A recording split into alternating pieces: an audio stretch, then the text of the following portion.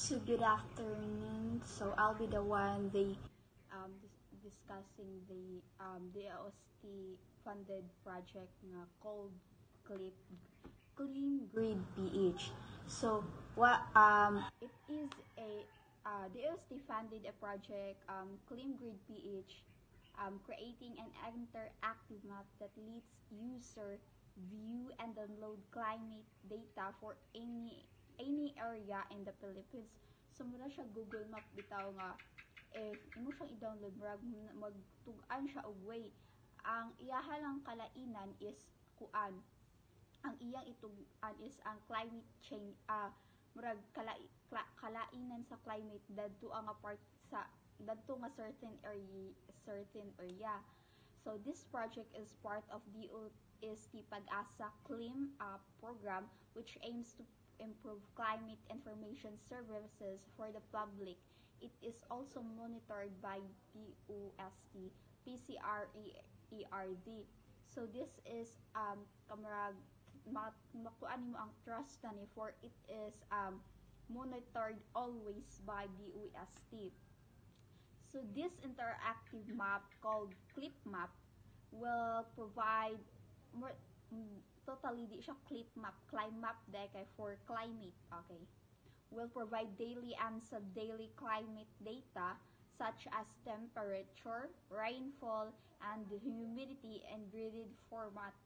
So these detailed data sets are still being developed, although gifund siya but dili pa gid siya fully developed. So ang advantage dani sa okay, why it is important kay ang clip map will provide sub-daily climate, dili man kanang big kaayo ay mahatag tingali siya big data if fully unsa tawag ni fully kana bitawg success na bitaw ang pag-build sa iyaha nga app, but maghatag siya for nag-example diri nga maghatag siya og kaan sa mga rainy seasons kan maglahi bitaw ang season more siya og kuan naa naman sa Google ata nga imo ikuan kung mag-unsa kada na nga part this day dani nga this day mutug-an din na siya nga something like kuan muulan diri inanhi ang temperature something inana bitaw.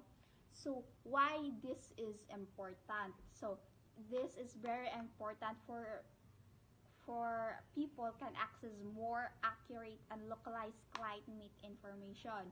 So when we see access more accurate, kana murag tinuod gid siya or sakto siya, for it is always monitored by our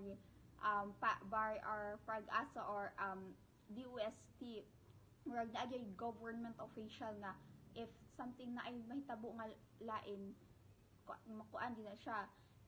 Then why it is localized climate information, that it because bisag asa nga part sa Philippines is kanang murag maka-avail kada na if imo lang siya i-download or imo siyang tan-awon gyud.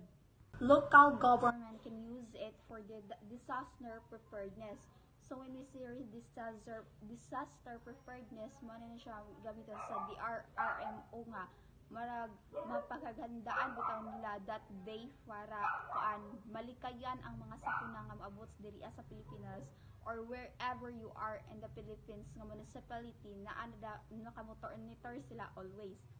And lastly, farmers can check temperature and rainfall pattern for planting season. So murag ba ang mga farmer kay kan murag utukan na bitaw na sila by this month kay kuan magkuan na sila.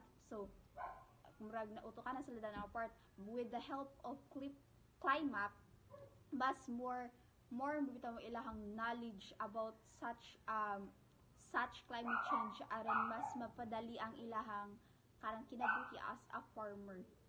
So once fully developed ng ClimMap will be helping tool for anyone needing reliable climate data in the Philippines, for it is very